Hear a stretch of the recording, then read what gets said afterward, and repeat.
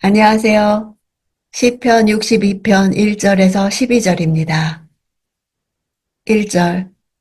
내 영혼이 조용히 하나님만 기다리는 것은 내 구원이 그분에게서 나오기 때문이다. 62편의 표제에는 지휘자 여두둔이 나옵니다. 이 시편은 하나님을 향한 찬양임을 알 수 있습니다. 원문으로는 단 하나의 동사도 나오지 않습니다. 직역하면 오직, 하나님만, 침묵, 내 영혼, 그분에게서 내 구원이 됩니다. 오직이란 확정적인 뜻을 가진 말로 시작하며 명사만으로 문장을 완결 짓는 것은 강조에 강조를 더한 것이며 확신에 확신을 더한 것입니다. 침묵하며 오직 하나님만 바라보는 자신의 영혼의 상태와 하나님 외에 다른 어디서도 구원이 나올 수 없다는 확신을 강조하는 것입니다. 2절. 그분만이 내 반석이시며 내 구원이시며 그분만이 내 산성이시니 내가 결코 흔들리지 않으리라. 반석, 구원, 산성이라는 삼중 반복 표현을 통해 자신에게 있어서 하나님이 어떤 분이신가를 소개하고 있습니다. 반석이란 단어는 끝이 뾰족한 암벽을 뜻하며 대적들의 공격으로부터 다윗을 지켜주는 요새와 같은 곳을 의미합니다. 산성은 반석과 거의 동일한 의미를 나타냅니다. 이처럼 유사한 의미의 단어를 좌우에 배치하고 가운데 나의 구원이라는 표현을 그 중심에 배치한 것은 의도적입니다. 마치 하나님이 반석과 산성과 같이 자신의 좌우를 두르심으로 말미암아 자신의 구원이 확정적임을 보여주고 있습니다. 3절. 기울어 넘어지는 벽처럼 흔들리는 울타리처럼 너희가 언제까지 사람을 모함하겠느냐. 너희가 다 죽임을 당하리라. 히브리어 원문에 충실하게 번역하면 너희는 언제까지 사람을 공격하여 나중에 죽임을 당하려고 하는가. 사람은 넘어지는 벽과 흔들리는 울타리 같은 존재에 불과한 것이다. 따라서 인간의 본성 자체가 넘어지는 벽과 흔들리는 울타리 같이 연약하다는 것을 증거하는 비유입니다. 4절. 너희는 그를 그 높은 자리에서 떨어뜨릴 궁리만 하는구나. 너희가 거짓말하기를 좋아하니 입으로는 축복하지만 속으로는 저주하고 있다. 셀라. 의인은 조용히 하나님만 기다리나 악인들의 특징은 잘못된 말을 하는 것입니다. 그들은 거짓말과 겉과 다른 이중적인 저주를 내뱉습니다. 셀라는 음악 전문 용어로 정확한 뜻은 알 수 없지만 연주에 변화를 주라는 신호라고 봅니다. 대개 편집자들에 의해 추가된 것으로 여겨집니다. 5절. 내 영혼아 조용히 하나님만 바라라. 내 소망이 그분에게서 나오는구나. 5절 또한 동사가 없이 명사로만 이루어졌습니다.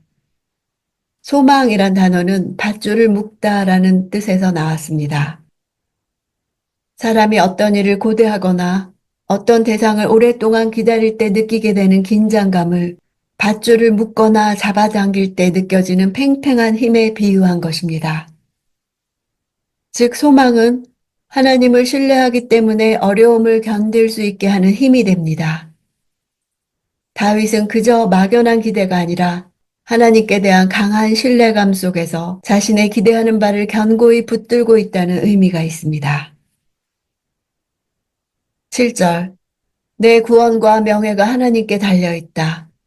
그분은 든든한 반석이시며 피난처이시다. 7절도 동사가 없는 문장입니다.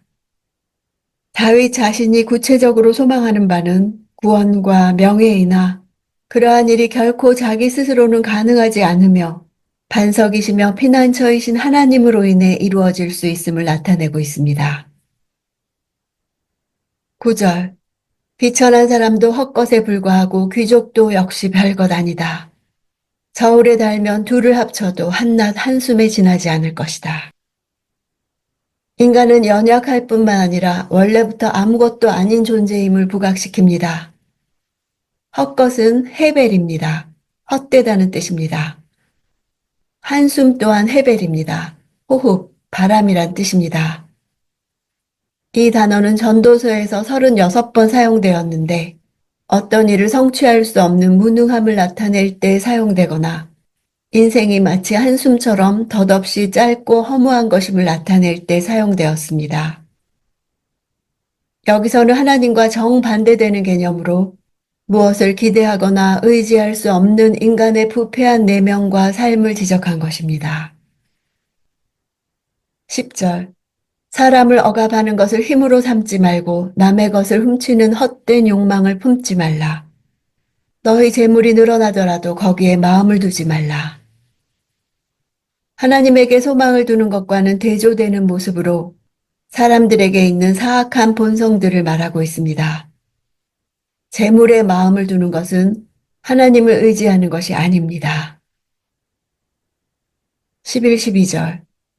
하나님께서 한 번 말씀하셨을 때 내가 들은 것은 두 가지인데 그것은 능력이 바로 하나님께 있다는 것이다.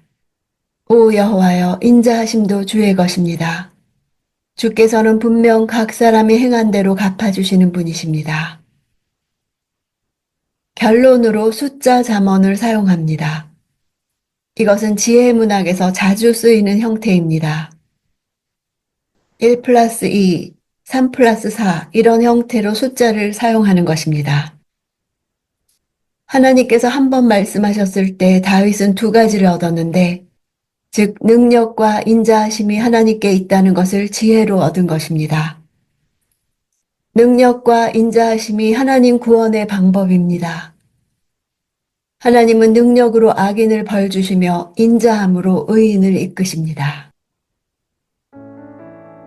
62장에는 동사가 없이 명사로만 된 문장들이 많이 나옵니다.